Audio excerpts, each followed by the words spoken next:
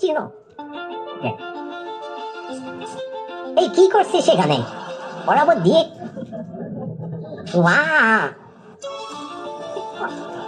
আমাকে একটু শিখাও আমিও শিখতে চাই আমিও শিখবো ওয়াও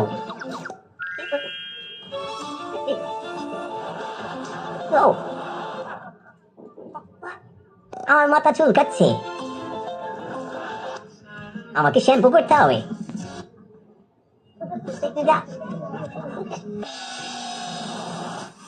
আমার চুল শ্যাম্পু করা হয়ে গেছে